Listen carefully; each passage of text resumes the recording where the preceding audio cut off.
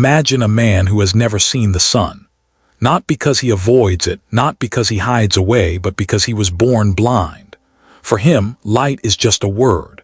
Sunrise and sunset are sounds of conversation, not experiences of the heart.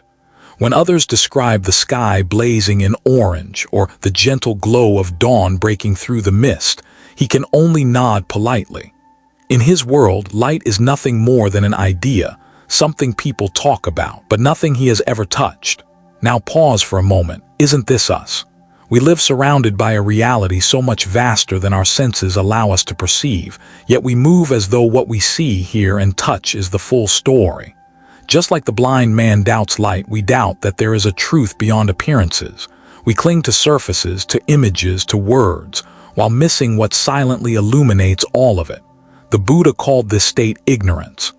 Not stupidity, not lack of intelligence, but a blindness of another kind, blindness to the deepest nature of things. And in that blindness we suffer. We stumble through life, endlessly chasing comfort, endlessly running from discomfort, rarely asking why we feel so restless in the first place.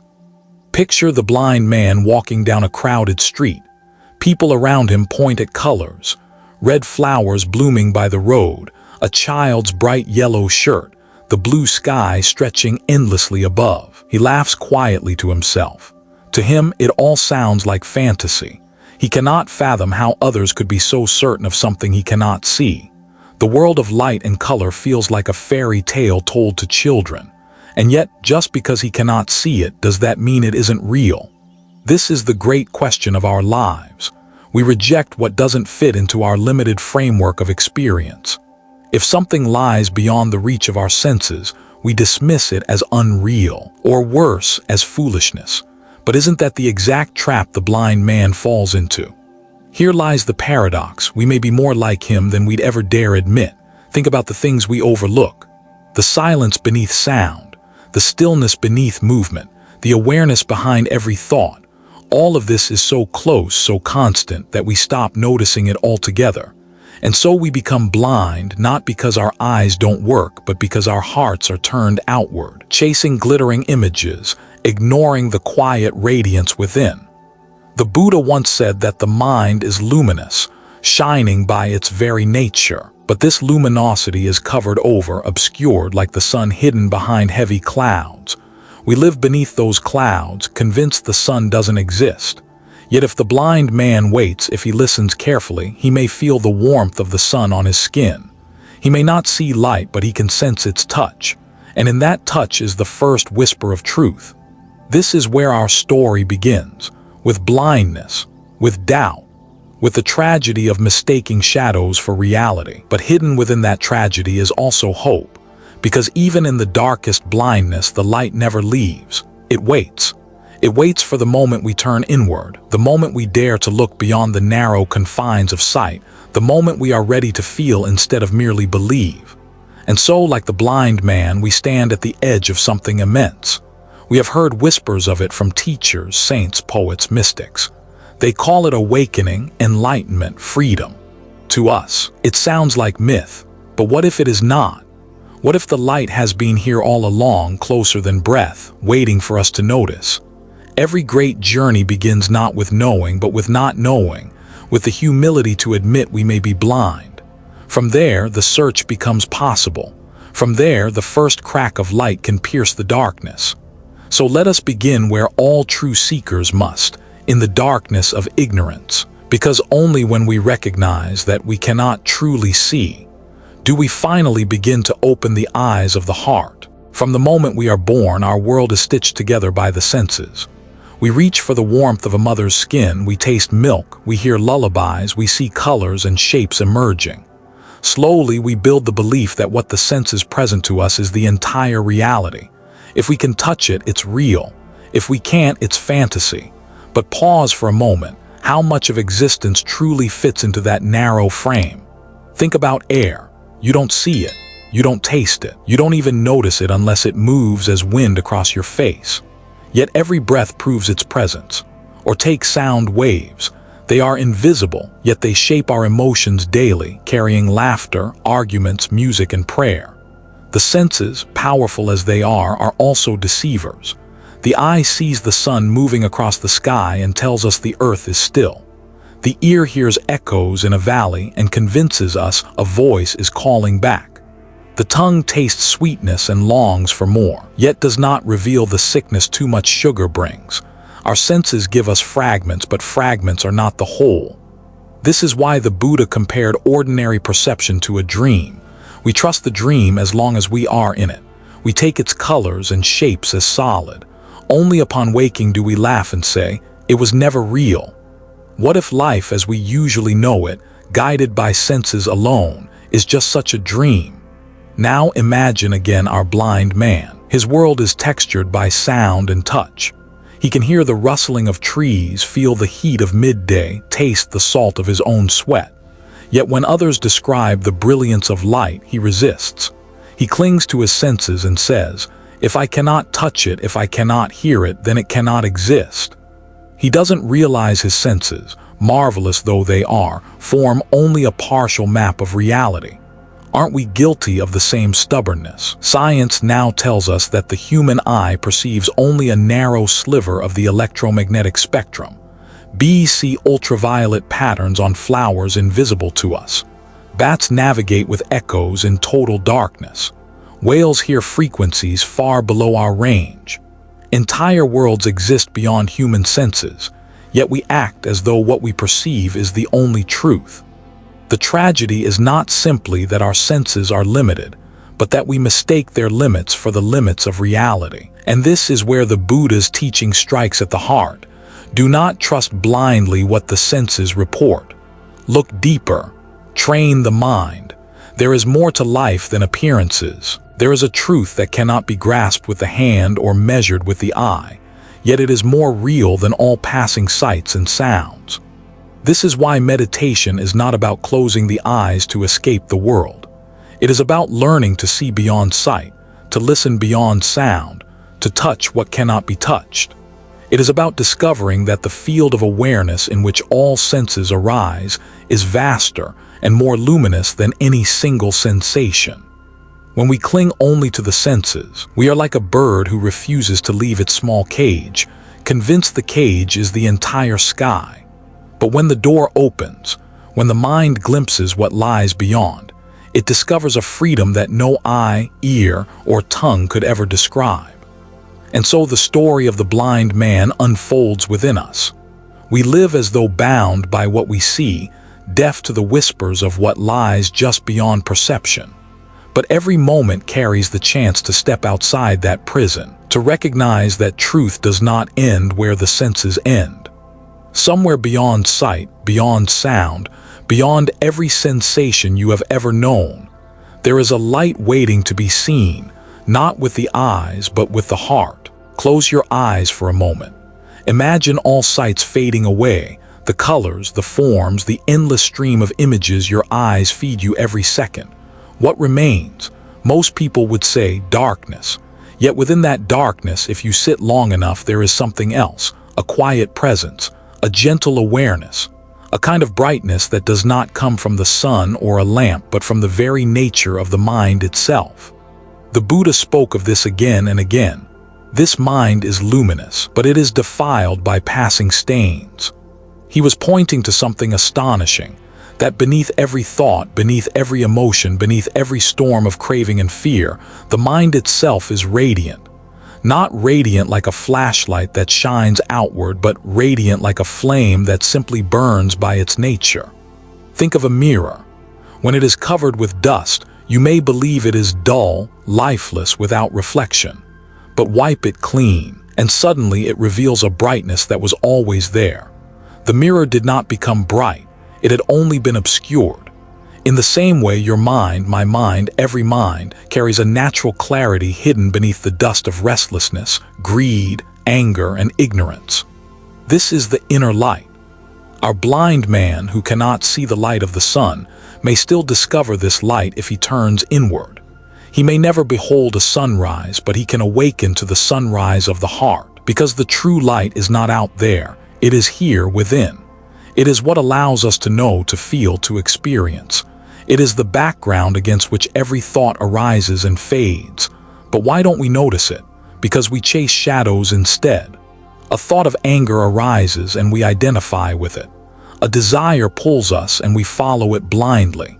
Each time we do, we forget the luminous space that thought appeared within. It is as if someone stared only at the clouds and forgot the sky itself. The Buddha's insight is that awakening does not mean creating light, but uncovering it. You don't need to invent purity or import wisdom from somewhere else. The very capacity to be aware, right now as you listen, is already luminous. You are not lacking light. You are only distracted from it. In moments of stillness, perhaps you have tasted this. Sitting quietly, maybe after the rush of a long day, you feel a calm openness in which everything seems lighter, clearer. Or in deep meditation, there comes a moment when thoughts slow down, the heart softens, and an indescribable clarity fills you. That is not something imported from outside. That is the natural brilliance of your own mind shining through. And here lies the beauty. This inner light is not selfish. The more you uncover it, the more compassion flows naturally. Why? Because when the mind is clear, it recognizes that the boundaries between self and others are not as solid as we believe. Just as the sun shines without preference on mountains and valleys alike, the luminous mind radiates kindness to all beings. So the story of the blind man is not a tragedy after all. For while his eyes may never see the outer sun, the light within remains untouched, waiting to be discovered. And the same is true for us. We may live blind to truth, blind to the deeper reality, but the possibility of awakening has never left us. It is closer than breath, closer than thought. The invitation is simple yet profound. Stop chasing the endless images of the senses and turn inward. There, in the silence, in the clarity beneath every storm, you will find a radiance that no shadow can ever erase. The light of the mind, timeless, luminous, and free. Imagine again our blind man. He listens patiently as people describe the brilliance of dawn, the fiery reds of sunset, the shimmering glow of moonlight on a river. He smiles politely, perhaps even laughs. But deep down, a voice in him whispers, "These are just stories. How can they be real when I have never once seen them?" Doubt becomes his constant companion. And isn't that the same battle we all face? Whenever someone speaks of awakening, of enlightenment, of a peace so profound it cannot be shaken, many of us quietly roll our eyes. We might say, "It sounds nice, but I don't buy it." If we cannot measure it, weigh it, or photograph it, we dismiss it. Just as the blind man rejects light, we reject the inner truths of existence. But here lies the trap. We confuse our lack of experience with the absence of reality. Think of electricity before it was discovered. Lightning flashed across the sky for millions of years, yet people thought it was a god's anger, not a force of nature. The reality was there long before belief caught up. Or take germs. For centuries, invisible to the naked eye, people laughed at the idea that unseen organisms caused disease. But their disbelief did not stop illness from spreading. The unseen was always there, shaping life in silence. The Buddha often faced this same resistance. When he spoke of liberation, of nirvana, some listeners scoffed. They said, "We've never experienced such a state, how could it be real?" But others, instead of mocking, chose to practice. They sat, breathed, reflected. And slowly, like a blind man learning to sense warmth on his skin, they began to discover that the unseen could indeed be touched, not with the eyes, but with awareness. Doubt is not our enemy. In fact, it is the doorway. The blind man's doubt keeps him restless, questioning, searching. Our own doubt pushes us to investigate rather than blindly accept. The danger comes only when doubt hardens into cynicism, when we stop seeking altogether and decide that what we cannot see must not exist. Here's the paradox. Believing too quickly can trap us, but disbelieving too quickly can trap us as well. The Buddha's invitation was neither blind faith nor arrogant rejection.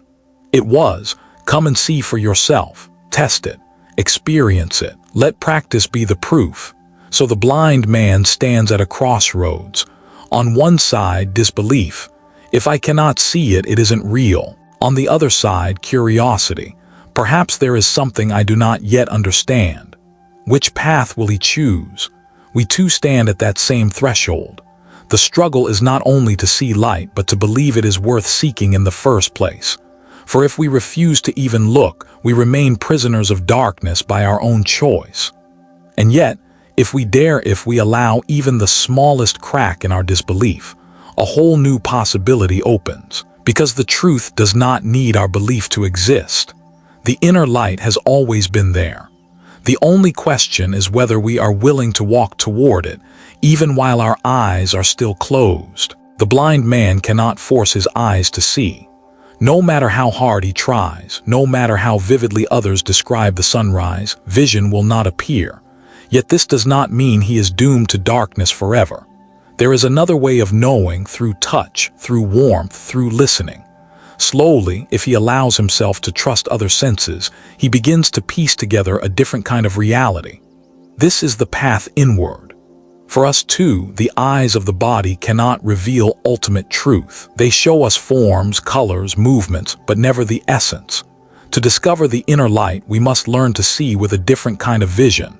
This is where meditation enters, not as ritual, not as an exotic practice, but as a turning point. The shift from chasing outward appearances to dwelling in inward awareness. Meditation is often misunderstood. Some think it means emptying the mind. Others imagine it as an escape from life. But true meditation is neither. It is an act of courage, of returning home. It is sitting quietly and daring to meet yourself without masks, without distractions. It is the practice of opening the eyes of the heart. The Buddha described meditation as a path of cultivation. Just as a gardener clears weeds, waters the soil, and waits patiently for seeds to grow, meditation clears away the agitation of the mind, nurtures calm, and creates the space for wisdom to bloom. Nothing is forced. Nothing is added. The clarity arises on its own once the noise subsides. Think again of the blind man. He cannot see the sun, but when he closes his eyes and feels, he may notice the warmth on his skin at noon, the cool air at dawn, the soft stillness of night. Slowly, through careful attention, he discovers a rhythm larger than himself. Though he cannot see light, he can learn to sense its presence. Meditation works the same way. At first, you sit restless. Thoughts tumble endlessly. Plans, regrets, worries. But if you remain, if you breathe, if you notice without chasing, slowly another rhythm emerges. Beneath the chaos is a stillness. Beneath the noise is silence. And within that silence is a light not made of photons but of awareness itself. This is how the eyes of the mind begin to open, not with a flash of mystical fireworks but with a simple, quiet shift. One breath noticed fully. One thought observed without clinging. One moment of letting go. Each small glimpse is like the blind man feeling sunlight on his face. He still cannot see, yet he begins to know light is real. The path inward is not always easy. We will meet resistance, boredom, even fear. The mind, so used to chasing outward stimulation, rebels when asked to rest. But each time we return to the breath, each time we gently guide the mind back to the present, we take another step into that deeper seeing. And then something profound begins to happen. We realize that meditation is not separate from life. It is life, seen clearly. Washing dishes, walking in the park, listening to a friend, all can become meditation when the mind is present, when awareness shines unobstructed. The practice no longer lives only on the cushion. It breathes through every moment. The blind man may never open physical eyes, but he can awaken a vision beyond sight. We too may never grasp truth with the five senses alone. Yet by turning inward, by practicing stillness, by nurturing awareness, we learn to see with eyes that were hidden all along. And when those inner eyes open, even a single moment of silence holds more light than the brightest sun. Picture a room filled with sunlight. The windows are open, the air is clear, yet someone sits inside with their eyes tightly shut. To them, it is darkness. The light has never left the room. It is only hidden by their own refusal to see. This is the tragedy of the human mind. The Buddha often compared ignorance to a veil, a covering that hides the brilliance of truth. But unlike the blind man who cannot help his condition, Our blindness is self-created. We close our eyes with greed, we cloud them with anger, we smudge them with fear. And then, surrounded by light, we live as though trapped in night. Think of the illusions we build. We see something beautiful and imagine, if I possess it, I will be happy. We chase, we cling, we struggle. For a moment, joy arises, but like a shadow, it slips away, leaving us empty once more. Or we encounter insult, failure, loss, and the mind whispers, "This is unbearable." Yet months later, we hardly remember why we were so tormented. Shadows shift, and we mistake them for reality. The Buddha named these illusions clearly: greed, hatred, and delusion. They are the three poisons, the stains that obscure the luminous mind. Greed blinds us by convincing us fulfillment lies always in the next thing. Hatred blinds us by turning others into enemies rather than fellow travelers. Delusion blinds us by keeping us drunk on appearances, never questioning what lies beneath. In this way, our mind manufactures its own darkness. Imagine our blind man again. He cannot see the sun, yet he insists the sun is a myth. He hears descriptions of light and calls them lies. His disbelief becomes a prison thicker than any blindness. So too, when we cling to our illusions, we reinforce our own darkness. We defend our pain, justify our cravings, protect our anger as if it were a treasure. And so the light remains hidden, not because it has vanished, but because we clutch the very shadows that blind us. Have you ever stared at the world through a dirty window? At first, you think the world itself is smeared and dull. Only when you clean the glass do you realize it was never the world. It was your view that was clouded. This is exactly what happens in the mind. The world is not the problem. Our perception, distorted by shadows and illusions, is what keeps us from seeing clearly. Yet here lies the hope. What the mind creates, the mind can also uncreate. Shadows have no substance of their own. They vanish the moment light shines directly upon them. Meditation, mindfulness, compassion, these are the lamps we hold. With them we begin to notice. This craving is not reality, only a shadow. This anger is not truth, only a passing cloud. Slowly the illusions loosen their grip, and in that loosening the first rays of true sight appear. The blind man cannot force his eyes open, but we can. Our blindness is not permanent, it is a habit, and habits can be broken. Each time we recognize an illusion for what it is, we peel away another layer of darkness. Each time we choose awareness over reaction, compassion over hatred, clarity over confusion, we wipe dust from the mirror of the mind. Until one day, perhaps suddenly, perhaps gradually, the shadows fall away completely. And in that moment, we realize the light was never absent. It was waiting behind the illusions all along. There are times when, without warning, the darkness parts. For just a heartbeat, life reveals itself with a clarity so sharp, so undeniable that we cannot forget it. These are not grand miracles. They are small, quiet cracks in the wall of illusion, moments when the inner light shines through. Imagine standing beneath a sky after rain. The air is fresh, the colors vivid, the world shimmering as though newly born. For a brief instant, you are not trapped in past or future. You are simply there, fully alive, touched by something deeper than words. That is a glimpse of light.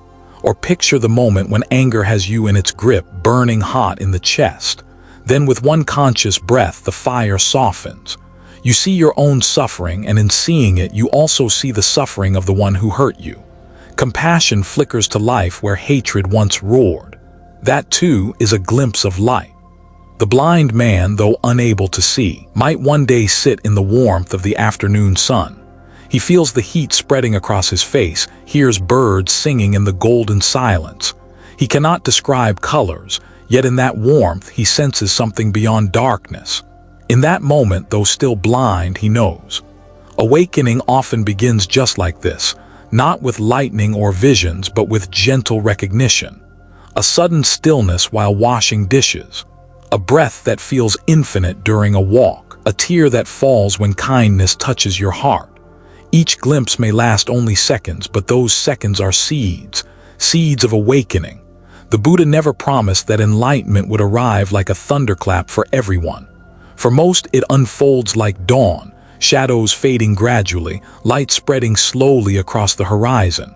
The sky does not shout when it brightens, it simply becomes clear. What matters is not how long the glimpse lasts, but whether we notice it.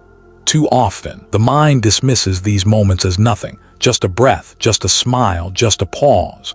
But to dismiss them is to dismiss the doorway itself.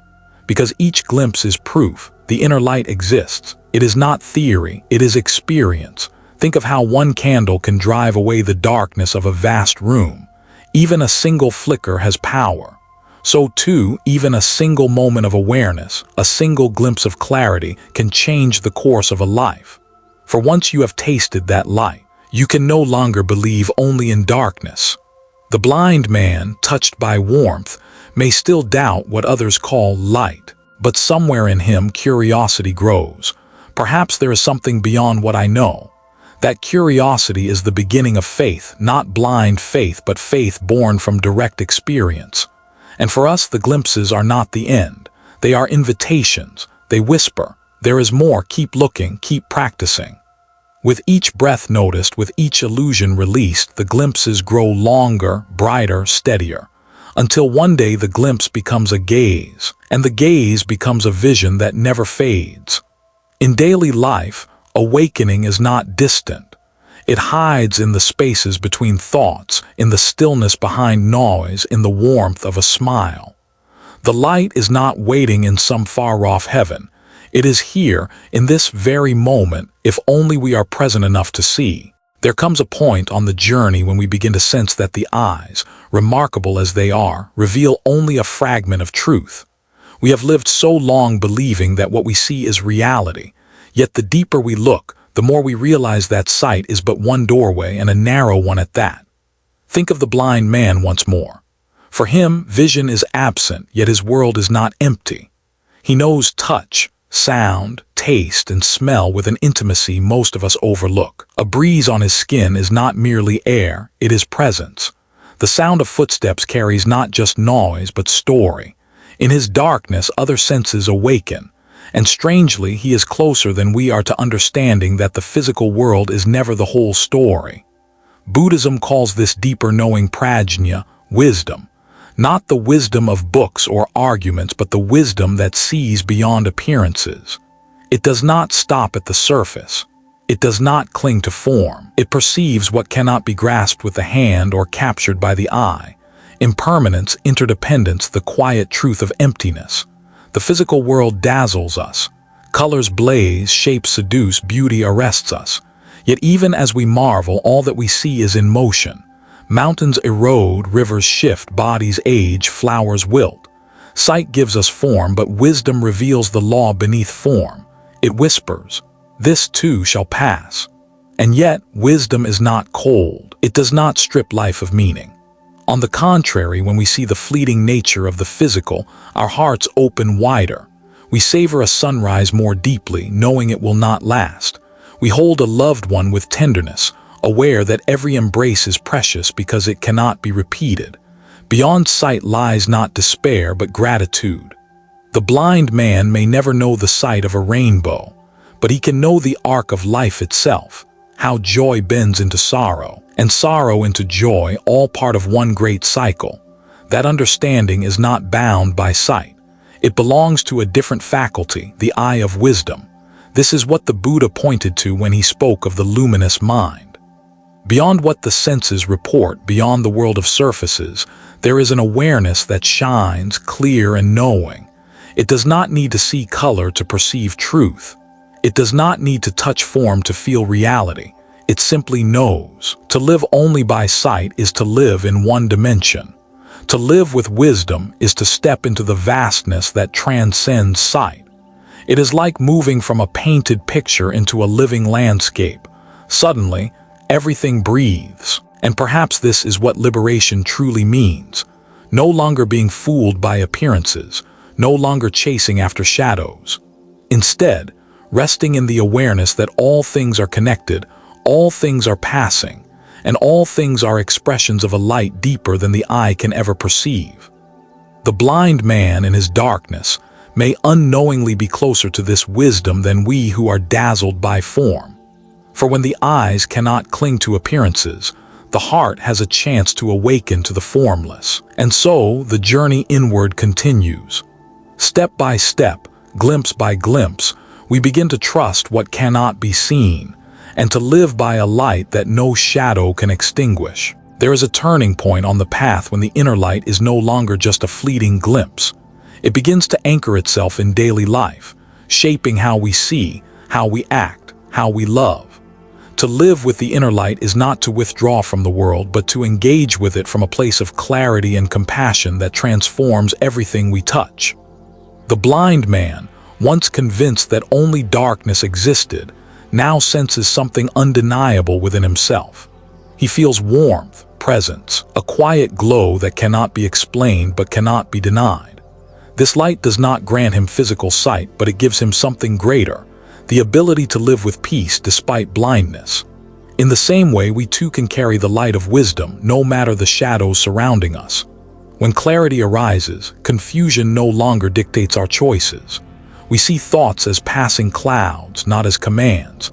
We see anger as pain crying out, not as an enemy to destroy. We see desire as longing for connection, not as proof of our inadequacy.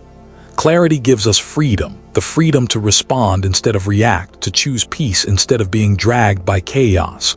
And with clarity comes compassion, because when the inner light shows us our own suffering, we also see the suffering of others mirrored in us. Their anger is our anger, their longing is our longing, their blindness is our blindness. Compassion is not pity, it is recognition. It is the light within bowing to the light within another. To live with compassion does not mean we let the world trample us. It means we meet the world without hatred. It means we speak with kindness even when silence would be easier. It means we act with care even when indifference would be safer. Compassion is strength, not weakness. It is the courage to remain open in a world that often teaches us to close. And then freedom. Not the freedom of having everything we want, but the freedom of no longer being ruled by craving and fear.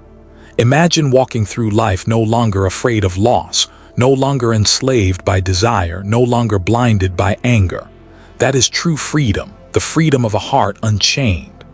The blind man, though still unable to see with his eyes, finds himself smiling more, listening more, living more fully.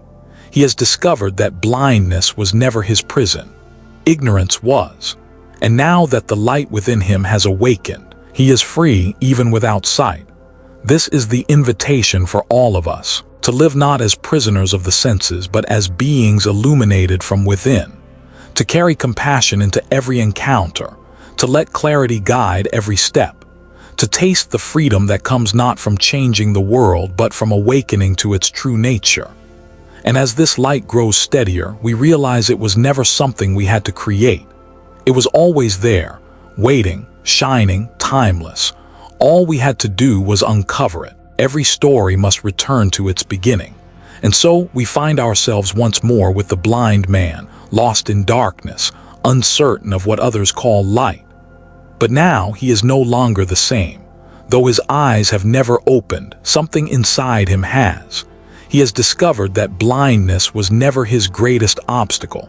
It was the refusal to believe there could be something beyond it. And isn't that true for us as well? Each of us carries a blind man within. We may not stumble in physical darkness, but we stumble through illusions, clinging to appearances, chasing desires, fearing loss. We walk through life as though the flickering shadows on the wall are all there is. Yet deep down, something in us longs to know there is more. The Buddha's teaching was not to hand us a new belief to cling to. It was to remind us that the light has always been within, that the mind in its purest state is luminous, untouched by fear, anger, or confusion, that our blindness is temporary, not eternal, and that every moment of awareness, every breath of clarity pulls us closer to seeing. The blind man's journey is our own. His doubt is our doubt. His glimpses of warmth are our fleeting moments of stillness. His eventual awakening to the inner light is the destiny that waits for all who dare to look within. We do not need to wait for miracles. We do not need to wait for another life. The light does not belong to saints or sages alone. It belongs to you, to me, To everyone who pauses long enough to notice the silence beneath the noise, the stillness beneath the storm. And so, the end of darkness is not some distant promise. It is the realization that even in the heart of shadow, light has never left us. It shines quietly, patiently, waiting to be remembered. As this story closes, ask yourself, where is the blind man in me still refusing to believe? Where is the light in me already calling to be seen? If you can hold those questions close, then the story is not ending. It is beginning again, this time not as words spoken but as light lived. May you walk with clarity. May you live with compassion. And may you discover the freedom of knowing that the darkness was never the end. It was only the veil, hiding the brilliance that has been shining within you all along. If these words touched something quiet within you, let that light continue to grow. This journey does not end here. It only deepens with every step you take inward. If you feel called to walk further on this path of clarity and compassion, I invite you to stay connected. Subscribe to Zen Buddhism Wisdom, where we share timeless teachings, stories, and reflections to help illuminate the way. And if this message resonated, consider sharing it with someone who may be walking in their own darkness. Sometimes, even a single candle can help another see. Together, let us keep tending the flame, gentle, steady, and bright, until the light within us all shines without end.